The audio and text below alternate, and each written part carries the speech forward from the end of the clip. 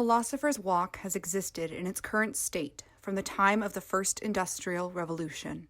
It is a space frequented by families looking to escape the bustle of the city, pet owners giving their beloved animals some time outdoors, and students rushing between their classes.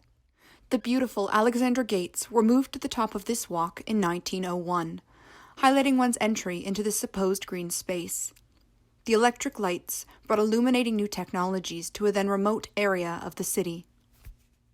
There are monuments, plaques, and tokens of human history that span from Bloor all the way down to Hoskin Avenue. There are places to be seen, places to be unseen, and a river that may never be seen again. Before the walk became what it is today, it was known by another name. Tattle Creek still flows beneath the foot traffic of this University of Toronto landmass, and far beyond its reach. When this land became occupied by colonial settlers, Tattle Creek went from a sacred piece of nature to a dumping ground for human waste. Once the smell became too much, the river was covered and quickly forgotten. Out of sight, out of mind. Ecocriticism asks one to critically engage with their own narrative, to understand the ways in which the stories that get told affect our relationships with the environment, and how the ones that we never hear affect us too. In this time of the COVID-19 pandemic, I think it's important that we check in with not only our beliefs, but our biases.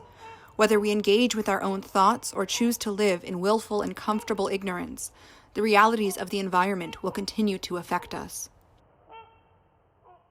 My name is Natalie Prescott. My name is Doug Clark. My name is Tegan. Hi, my name is Ben McCamey. Hi, my name is Zainab. My name is Christopher Charles. I have gathered 6 individuals of varying ages, backgrounds, and experiences, and have asked them to engage with their own eco-critical thoughts, in hopes that it will allow for an open dialogue and an understanding of the amazing diversity of thought, not only from individual to individual, but for each independent segment. As you watch these interviews, I hope that you engage with your own beliefs, and I hope you remember the stories that are told and the stories that are forgotten. How would you define the word nature? Nature. Nature.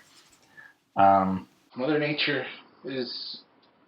Nature to me is defined as anything that exists on the planet. Nature is the world that surrounds us. Trees, grass, the ocean, sand.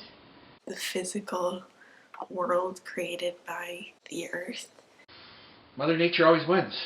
It's, the way the universe exists, devoid of human intervention.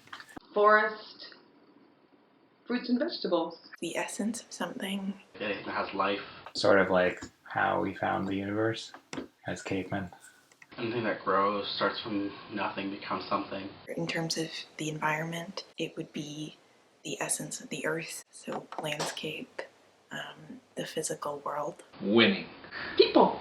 Not including man-made creations. What land do you feel most connected to, and what does it mean to you? I have an answer that I feel like is going to be unsatisfactory for the point of view of this exercise. I would have to say Earth. The land that I connect with the most are lakes. Growing up in the city, I have always found parks and forests, I think trees for me. That's a tough one because I was 3 years old when my parents immigrated to Canada. I am most connected to Canada. I feel most connected, obviously, to Canada because I really don't remember much of Madeira. I feel like the neighborhood that we grew up in Midtown, I realized there's a lot of not nature there, but the sidewalks and the stop signs and the trees and the grass. We're born on Earth. Countries are really just social things. I grew up going to school by the lake, so it holds a special place in my heart and reminds me of my childhood.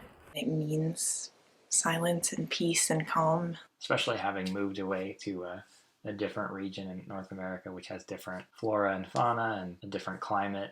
I am Canadian, born, bred, and raised. Canada, for sure. That's what I know. There's something about Midtown, in both its urban and its natural setting, that feels somehow like I'm of there. It's not something that, ever since the world was created, countries were there. It's something that we as humans made. Any kind of landscape area that's wooded means the most to me. How would you agree to the following statements? We are in a state of environmental emergency. Ooh, Somewhat untrue. somewhat untrue. I will say somewhat true. I could be convinced of either extremely true or somewhat true. I believe that this is extremely true. Extremely true because the seasons are changing. It's sort of hard to know. It's overblown and hype. I don't believe that it's much different. I believe we have a small window of time to change the course of what we've done as humans. There are things that do threaten the environment daily, things that we do, things that happen naturally. It's good to know where we are, but it's also Mother Nature's always changing. I remember being a kid and having 4 seasons. To change all the industry and rewrite how we've developed as humans on this earth. I'm not a climate change denier, but I think we're overblowing the situation. I feel like there's a lot of people who have a vested interest in pretending like we're not in an extreme emergency. I think if this pandemic has taught us anything, it's that within 2 weeks we've cleared up, pollution in certain areas. When you look outside nowadays, spring and fall have become shortened to about like a week or 2 each. I do believe there's still a chance we can change things. Dolphins are back in the canals of Venice. I think that proves that change can be made, but I do think it's extremely important and time limited. She will always win. Personal experiences and upbringing affect a person's relationship with nature. Yes, without question. Absolutely. Absolutely. Completely agree. Sure. I think that's extremely true. Somewhat true. If someone's raised to believe one thing their whole life, it's going to stick with them. I go back to the fact that I wasn't born here, and although I'm Canadian, there's always that influence. I think the perspective on whether you believe that nature and the environment is a commodity, if you value it in a different way and respect it in a different way. If you're living in a house, you're protected from nature. If you're living in a hut, you are affected by nature. I say this as an atheist, like humans are so weird in the way that we perceive the world based on our own sort of social structures. Going back to my upbringing, the community I grew up in, hearing stories about the first time they saw snow, that was a big deal, right? A person's upbringing lays a foundation to the way they think and speak. And I do believe that's based on the values that you're raised with. If you're with a family that's outside in nature, you go outside in nature. People who believe in a God have a dramatically different interpretation of reality. From your parents, from the people who raised you, and from those you're around, you inherit certain aspects of your personality. As people grow older, they have the ability to change their opinions on how they see the world. How I might act versus how a religious person might act could be completely different, and how that impacts nature could be completely different, just based on like some stuff in our brains. I don't think it's dependent on whether or not you're raised outside of a city or in a city. If you're in a condo and never see nature, you don't get to see it. So that is going to stick with you. So absolutely, like your upbringing and your worldview impacts things. The luck of the draw. I'm Canadian, I get lots of nature. I support the subjugation of nature for human progress. I found this question really hard to answer. Somewhat disagree. Somewhat untrue. Somewhat untrue, I guess. Somewhat true. Maybe even milder than that. I somewhat support the use of technologies such as pesticides in agriculture. I think it would be wrong of me to say extremely untrue because I benefit from it. What environmental destruction did building a house, how many trees, how much metal extraction was required, what amount of earth needed to be moved. I like my house. I don't want to give up my house. But at the same time, At the same time, I believe that we need to work with nature and not against it. I don't think I can say extremely untrue. I would love to say somewhat untrue. I don't believe in covering rivers. I think we've done a lot of that. I actually think this is one of the cynicisms that our generation in Canada has. If it's for the betterment of mankind, make it happen. I'm sitting in a house that was made from trees and floors that are made from Canadian maple. Specifically in Canada because it's a resource-rich country and an economy that's based on resources. At the time, I believe that people were doing it for a purpose, thinking that they were doing the right thing, and obviously we haven't. A lot of progressive people who realize they have parents or grandparents or uncles or aunts who work in a resource industry and whose livelihoods are based on extracting stuff from the land. There's other beings here, there's other creatures here. Just because they may not be intelligent as we might view them, it does not mean that they do not have the right to live and have their own habitats. I think there's a cynicism about our ability to change that I don't see in the US, for example. But then if you're talking about things like GMOs, I'm on the fence. Foods have changed so that it supports us. Sometimes they help fruits and vegetables grow. It actually has stopped famine, shelf life, all these things that we wouldn't be enjoying right now if it weren't for that. When you look at an apple tree in your backyard, if you spray the flowers,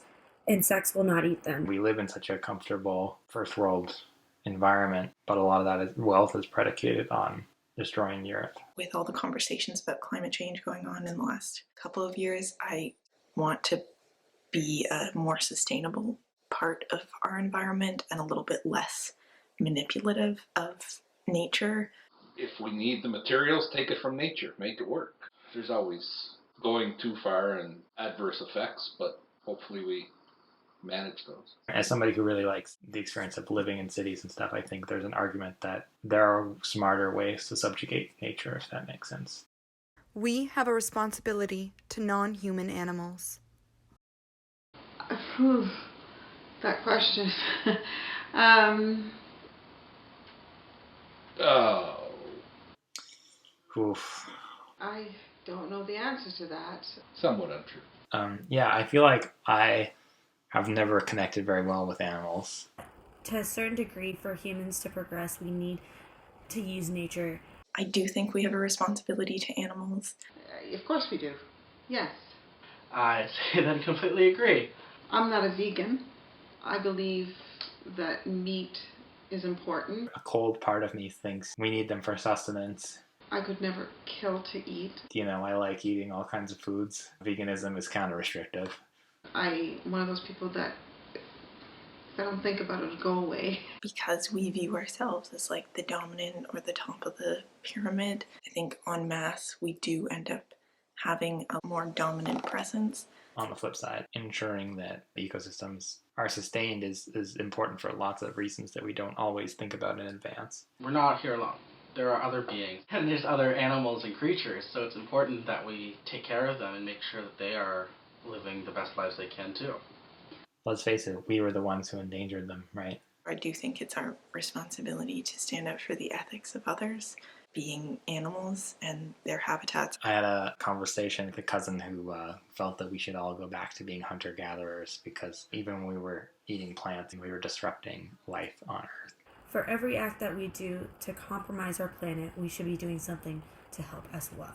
There's betterment of mankind, same as before with nature. And I felt like a giant square in that moment, thinking that I like the modern world and I like supermarkets.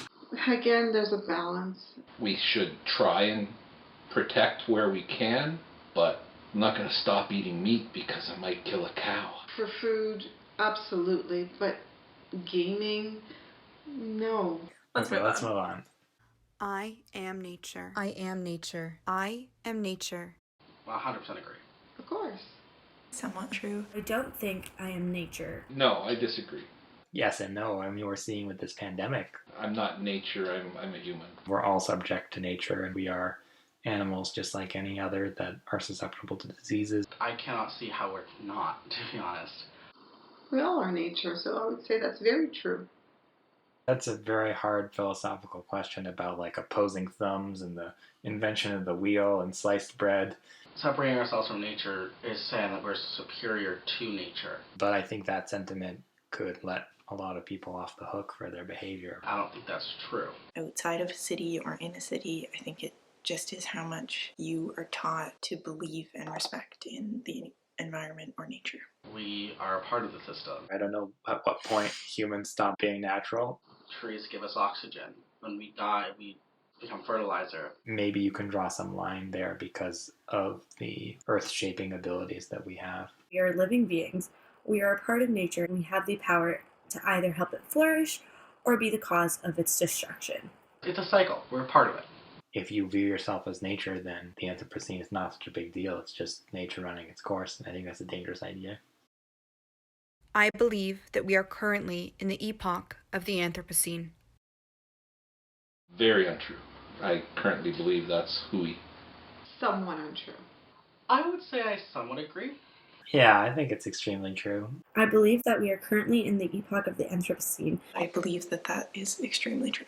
Well, you just have to look at all the fish and the dolphins and the swans returning to Venice. I think we will come up with better ways to correct some of the errors that we've done in the past. And those are just things that can rebound quickly. I'm sure there's things that will persist for millennia after we're gone.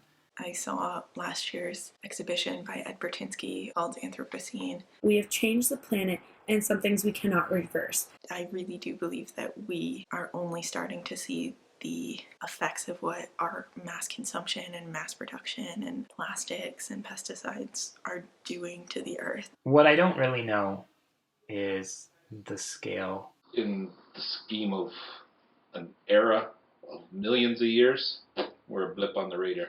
Like, obviously, there are parts of the Earth that are heavily, heavily impacted by humanity. I couldn't be able to tell you when the era start, when they end. But at the same time, we do have the ability to make a change and start going back on the right track. I think this is a mark that's going to really be left. One of the reasons that people are able to get away with really polluting activities is that no average person in the West really has a good handle on how much nature is still out there and how much of the world are we actually impacting. We are leaving a significant mark on the Earth. Mother Nature is on every one of those. We're on just a little tiny line there. With some of the alarmism, totally justified alarmism about the Amazon and stuff, I think one of the things that's not quite clear is how giant the Amazon is and how much is still there. Now, that may not be true in 10 years or 20 years. Right now, you can see that we do have the ability to change it, but I think that window is time limited. I want to believe that that will be the case for the future. I've always been very skeptical that we'll actually be able to solve the problem because I feel like anything we do could have unintended consequences. Yeah, we are, I would say we are in a new age. There's so many unintended consequences of things that we do. I do believe there's still a chance we can change things. I don't believe in covering rivers. Mother Nature always wins. Nature is the world that surrounds us. I believe we have a small window of time to change the course of what we've done as humans. People aren't fully committed to changing their lifestyles. I want to believe that that will be the case for the future.